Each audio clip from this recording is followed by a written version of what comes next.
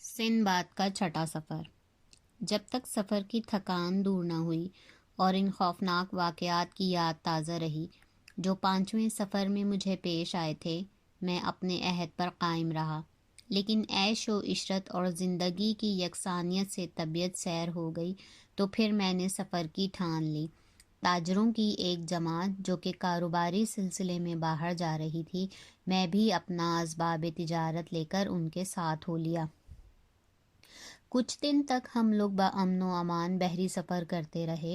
ایک روز ہماری جماعت جہاز میں سفر کر رہی تھی کہ کپتان گھبرایا ہوا آیا اور کہنے لگا کہ ہم بھنور میں پھنس گئے ہیں اور جہاز کے نکلنے کی کوئی امید نہیں۔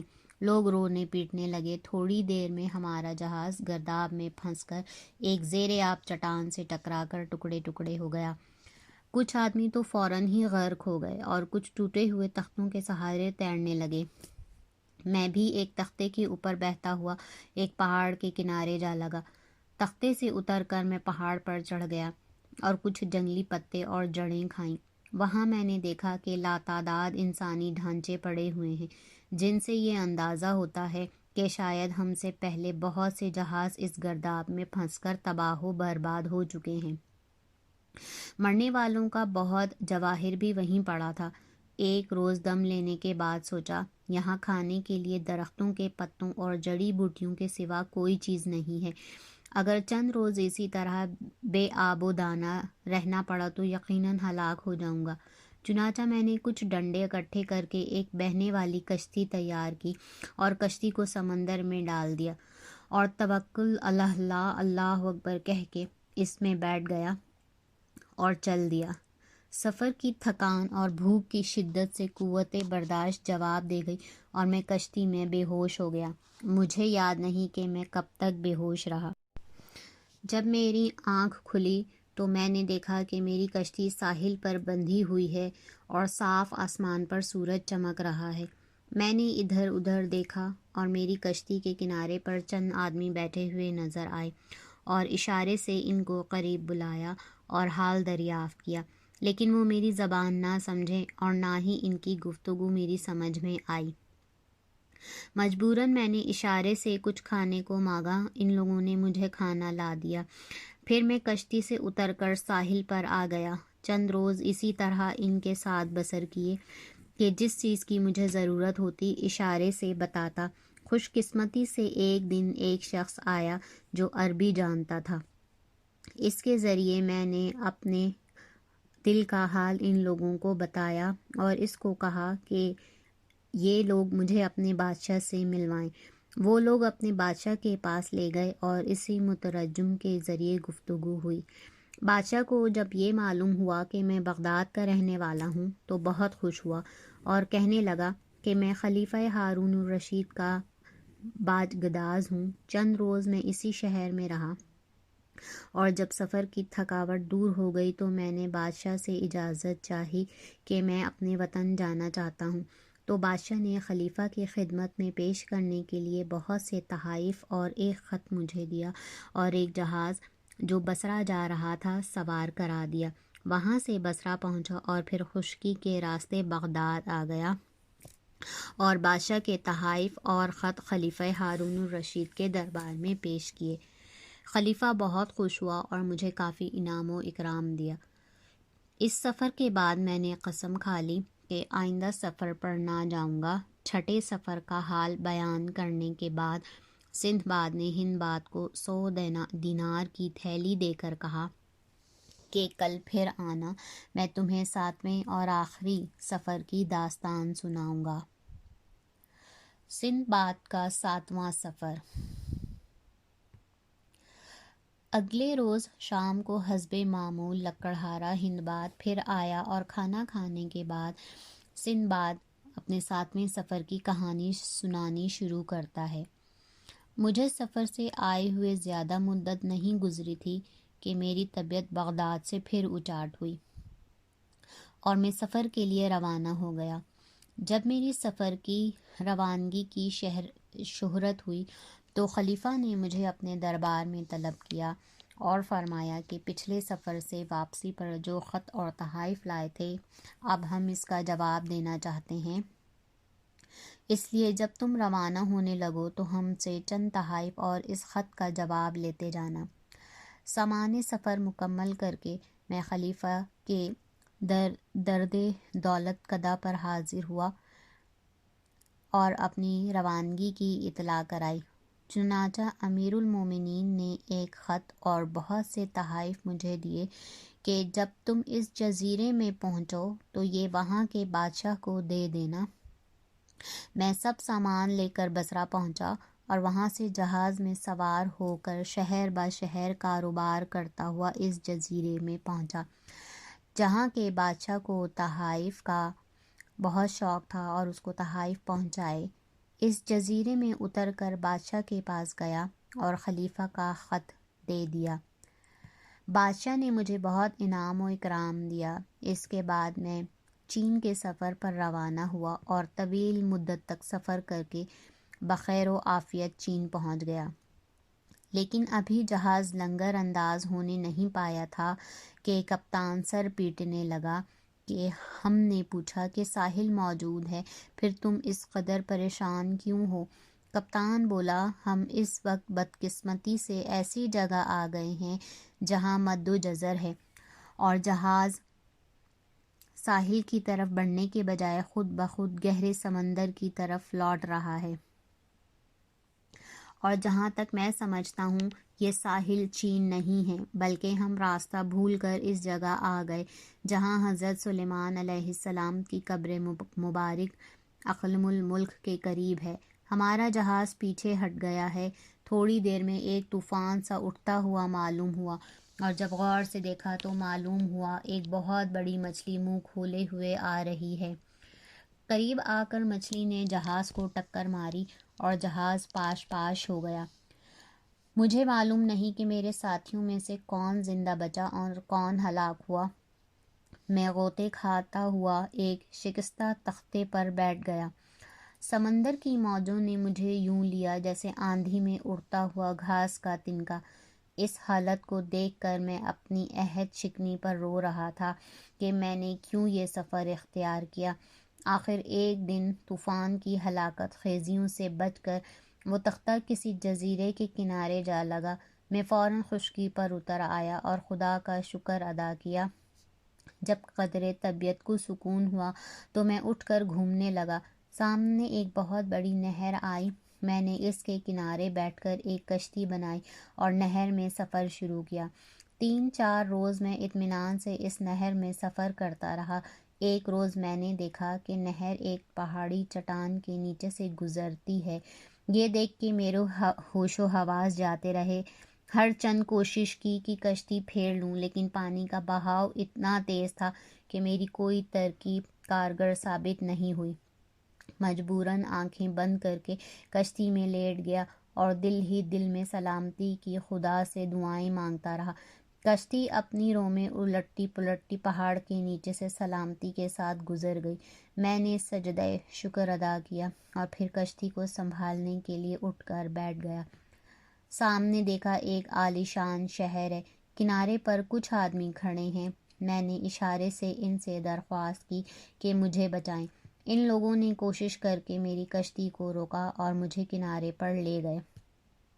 بھوک کی شدت سے میری جان لبوں پر آئی ہوئی تھی۔ ان لوگوں نے مجھے کھانا دیا، پھر اپنے ساتھ شہر میں لے گئے اور 3 روز تک میری اتنی خاطر مدارات کی کہ میں اپنا گھر بھول گیا۔ چوتھے روز مجھے ساحل پر آئے اور کہنے لگے، یہ تمہارا مال ہے، اگر تم چاہو تو اس کو اچھے منافع پر فروخت کیا جا سکتا ہے۔ میں نے حیران ہو کر کہا، میرے ساتھ کوئی مال و اسباب نہیں۔ وہ ہنس کر کہنے لگے، یہ لکڑی جس سے تم نے کشتی بنائی ہے بے حد قیمتی ہے، گو اس وقت بازار کا بھاؤ گرا ہوا ہے، لیکن پھر بھی کم از کم 1100 دینار میں فروخت ہو سکتی ہے۔ یہ کہہ کر وہ مجھے گھر لائے اور 1100 دینار اور رہائش کے لیے ایک مکان دیا۔ اس تمام عرصے میں میرا میزبان ایک بوڑھا شخص میرے ساتھ رہا۔ جب میں وہاں رہنے لگا تو ایک روز بوڑھے نے کہا کہ میرا آخری وقت قریب آ چکا ہے، اگر تم میری لڑکی کو اپنی زوجیت میں قبول کر لو تو بڑی مہربانی ہوگی۔ میں نے اس کا شکریہ ادا کیا اور شادی کر کے ہنسی خوشی رہنے لگا۔ چند روز بعد اس بوڑھے کا انتقال ہو گیا اور اس کی تمام جائیداد کی وارث میں اور میری بیوی قرار پائے۔ ایک ہفتے کے بعد میں نے محسوس کیا کہ یہ لوگ عجیب قسم کے ہیں، کیونکہ ہر مہینہ بعد ان کے پر نکل آتے ہیں اور یہ اڑ کر کہیں جاتے ہیں۔ ایک دفعہ ایک شخص کی خوشامد کر کے میں نے اس کے پروں میں لپٹ گیا اور وہ مجھے اڑا کر ایک پہاڑ پر لے گیا۔ وہاں پہنچ کر میں نے دیکھا کہ اسی قسم کے اور بہت سے پر والے آدمی جمع ہیں اور فرشتوں کی تسبیح و تحلیل کی جان پرور آوازیں آ رہی ہیں۔ بے اختیار میری زبان سے سبحان اللہ نکل گیا۔ یہ سنتے ہی وہ سب مجھ پر پل پڑے اور ادھموا کر کے رکھ دیا۔ میں سخت حیران تھا کہ ایک مصیبت سے نکلتا ہوں، دوسری موجود ہوتی ہے۔ اسی اثناء میں دو بہت خوبصورت نوجوان میرے قریب آئے اور سلام کر کے مجھے تسلی دی اور ایک سونے کی چھڑی دے کر کہہ گئے کہ اب نیچے اترو۔ میں پہاڑ سے نیچے اترنے کی کوشش کر رہا تھا اور تھوڑی دور چلا تھا کہ سامنے سے ایک آدمی بھاگتا ہوا آیا جس کے تعاقب میں ایک اژدہا آ رہا تھا۔ میں نے اس آدمی کو اس اژدہا سے بچایا اور وہ میرا بہت ممنون ہوا اور ہم دونوں آگے چلے تو کیا دیکھتا ہوں کہ سامنے سے وہی آدمی آ رہا ہے جو مجھے پروں پر بٹھا کر پہاڑ تک لایا تھا۔ قریب آ کر اس نے میری بڑی خوشامد کی کہ میں اپنے پروں پر بٹھا کر مجھے دوبارہ گھر پر چھوڑ آؤ، میری بیوی میرا انتظار کرتی ہوگی۔ تو تب وہ مجھے دوبارہ گھر پر چھوڑ گیا۔ میری بیوی نے سلامتی پر شکر ادا کیا اور کہنے لگی کہ ان لوگوں سے بالکل میل جول نہ رکھو، یہ لوگ اخوان الشیاطین ہیں۔ میں نے کہا کہ پھر ایسے ملک میں رہنے سے کیا فائدہ؟ وہ کہنے لگی کہ بسم اللہ اپنے وطن چلو۔ چنانچہ میں نے کل جائیداد فروخت کر کے سامان تجارت خریدا اور ایک جہاز میں سوار ہو کر بخیریت بصرے آ گیا اور وہاں سے خرید و فروخت کرتا ہوا بغداد آیا اور ہمیشہ کے لیے سفر سے توبہ کی اور عیش و آرام کی زندگی بسر کرتا ہوں۔ یہ قصہ سندباد نے سنا کر 100 دینار کی تھیلی ہندباد کو دی اور کہا کہ اگر تمہیں منظور ہو تو آئندہ میرے پاس رہو اور کاروبار کرو۔ چنانچہ ہندباد ماں اپنے اہل و عیال کے سندباد کے پاس آ گیا اور بھائیوں کی طرح رہنے لگا۔ کہانی ختم ہوئی تو دینازاد نے اس کی بہت تعریف کی۔ شہرزاد کہنے لگی کہ بہن، اگر بادشاہ نے کل مجھے قتل نہ کیا تو انشاءاللہ ایک اس سے بھی عجیب اور دلچسپ کہانی سناؤں گی۔ بادشاہ نے اپنے دل میں خیال کیا کہ جب تک اس کی مکمل کہانیاں نہ سن لوں تب تک اس کو قتل نہیں کرنا چاہیے۔ وہ شہرزاد کی قابلیت اور حسن بیان اور خوبصورتی کا روز بروز زیادہ شیدہ ہوتا جا رہا تھا۔ غلام کی غلط بیانی اور عورت کا قتل۔ دوسری شب کو شہرزاد نے حسب وعدہ کہانی سنانی شروع کی۔ بادشاہ گو زبان سے کچھ نہیں کہتا تھا لیکن کہانیاں بڑی توجہ سے سنتا تھا۔ خلیفہ ہارون الرشید ایک روز سر شام جعفر و مسرور کے ساتھ لباس تبدیل کیے ہوئے حالات معلوم کرنے کی غرض سے پھر رہا تھا کہ ایک بوڑھے ماہی گیر کو دیکھا کہ بیٹھا ہوا قسمت کا گلہ کر رہا ہے۔ خلیفہ نے جعفر کو اشارہ کیا کہ حال دریافت کرو۔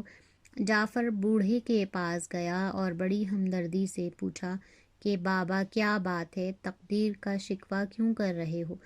بوڑھا بولا، میں ایک عیال دار ماہی گیر ہوں، آج تمام دن دریا میں جال ڈالتا رہا لیکن ایک مچھلی بھی ہاتھ نہیں آئی اور گھر والوں کے پاس کچھ بھی نہیں۔ تو خلیفہ نے کہا، دریا پر میرے ہمراہ چلو اور اپنا جال ڈالو، جو کچھ بھی نکلے گا میں اسے 100 دینار میں خرید لوں گا۔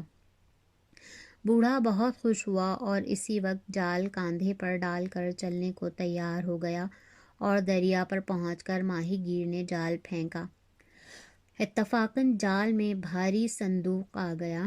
خلیفہ نے حسب وعدہ 100 دینار عطا فرما دیے اور صندوق لے کر محل میں واپس آیا۔ صندوق کھولا تو اس میں سے جوان عورت کے ٹکڑے کی ہوئی لاش برآمد ہوئی۔ خلیفہ ہارون الرشید نے جعفر کی طرف دیکھ کر کہا، یہ کیا ماجرا ہے؟ اتنا بڑا ظلم میرے قدموں کے نیچے ہو جائے اور کسی کو خبر تک نہ ہو۔ میں تمہیں 3 روز کی مہلت دیتا ہوں، اگر اس عرصے میں حالات معلوم نہ ہوئے اور قاتل نہ ملا تو تم قتل کیے جاؤ گے۔ جعفر حیران و پریشان گھر واپس آیا۔ وہ جانتا تھا کہ 3 روز میں اس واقعے کا سراغ ملنا ناممکن ہے، اس واسطے اپنی زندگی سے نا امید ہو گیا اور گھر میں بیٹھ کر خداوند کریم کارساز حقیقی سے دعا کرنے لگا۔ 3 دن کے بعد خلیفہ نے جعفر کے قتل کا اعلان کر دیا اور ساتھ ہی اسباب قتل بھی مشہور کر دیا کہ دریا سے صندوق میں بند ایک عورت کی لاش برآمد ہوئی ہے اور اس کا قاتل نہیں ملا۔ وزیر اعظم کو 3 دن کی مہلت دی گئی تھی کہ وہ قاتل تلاش کرے، ورنہ اس کو قتل کر دیا جائے گا۔ چونکہ قاتل کا کوئی سراغ نہیں مل سکا، اس لیے آج جعفر وزیر قتل کر دیے جائیں گے۔ جب جعفر کو مقتل میں لایا گیا تو ایک بوڑھا آدمی آگے بڑھا اور کہنے لگا کہ قاتل میں ہوں۔ لوگ جمع تھے۔ جعفر اس سے کچھ پوچھنا ہی چاہتا تھا کہ صفوں کو چیرتا ہوا ایک نوجوان آیا اور بولا کہ حضور آپ بھی بے قصور ہیں اور یہ بزرگ بھی، حقیقت میں قاتل میں ہوں۔ لوگ حیران ہوئے کہ یہ 2 آدمی اقبال جرم کر رہے ہیں۔ چنانچہ اس واقعے کی اطلاع خلیفہ ہارون الرشید کو کی گئی تو اس نے سب لوگوں کو دربار میں طلب کیا اور اس بوڑھے اور نوجوان سے اصل حالات دریافت کیے۔ نوجوان آدمی نے ہاتھ باندھ کر عرض کیا، حضور یہ بزرگ میرے چچا بھی اور سسر بھی ہیں، ان کی لڑکی یعنی اپنی بیوی کا قاتل میں ہوں۔ واقعہ یہ ہے کہ میری بیوی مقتولہ بیمار تھی، ایک حکیم صاحب نے اس کے لیے سیب تجویز کیے اور میں نے ہر چند سیب تلاش کیے، لیکن بغداد میں اس وقت ایک سیب بھی نہ ملا۔ ایک آدمی نے کہا کہ بصرے کے شاہی باغ میں آج کل سیب مل سکتے ہیں اور کہیں نہیں۔ چنانچہ میں بصرے گیا اور 3 سیب خرید کر لے آیا اور لا کر اپنی بیوی کو دے دیے۔ شام کو میں نے اپنی دکان پر بیٹھا تھا کہ سامنے سے ایک غلام گزرا جو سیب اچھالتا جا رہا تھا۔ میں نے دیکھا اور پہچانا کہ یہ وہی سیب ہے جو میں بصرے سے لایا تھا۔ میں نے اس کو بلایا اور دریافت کیا کہ یہاں تو سیب ملتا ہی نہیں، تم کہاں سے لائے؟ وہ کہنے لگا کہ میری معشوقہ نے دیا ہے، میں کئی روز سے باہر گیا ہوا تھا، آج واپس آیا تو معلوم ہوا کہ وہ علیل ہے۔ میں مزاج پرسی کو گیا، چنانچہ اس نے یہ سیب مجھے دیا جو اس کا بیوقوف خاوند بصرے سے اس کے لیے لایا تھا۔ غلام کی باتیں سن کر غیرت اور غصے سے میری حالت پاگلوں جیسی ہو گئی اور میں گھر گیا، دیکھا تو میری بیوی کے پاس صرف 2 سیب رکھے ہیں۔ میں نے پوچھا کہ تیسرا سیب کہاں ہے؟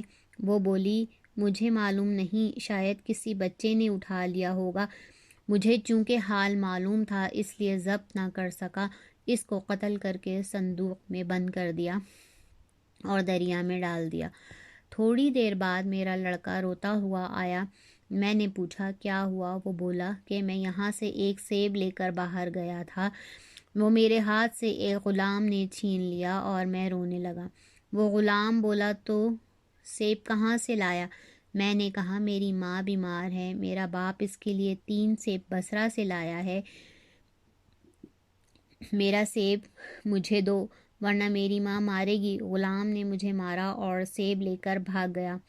بچے سے یہ واقعہ سن کر مجھے اتنی پشیمانی ہوئی کہ عرض نہیں کر سکتا، لیکن اب کیا کر سکتا تھا۔ اس کے بعد میں نے سسر کو یہ واقعہ سنایا، وہ بھی رونے لگا۔ ہم ابھی ماتم داری سے فارغ نہیں ہوئے تھے کہ اطلاع ملی کہ میری بیوی کے قتل کے عوض جعفر وزیر بلا قصور مارے جا رہے ہیں۔ چنانچہ میں یہاں پہنچا اور اپنے جرم کا اقرار کیا۔ خلیفہ نے اس نوجوان اور بوڑھے کو معاف کر دیا اور کہا اصل قصور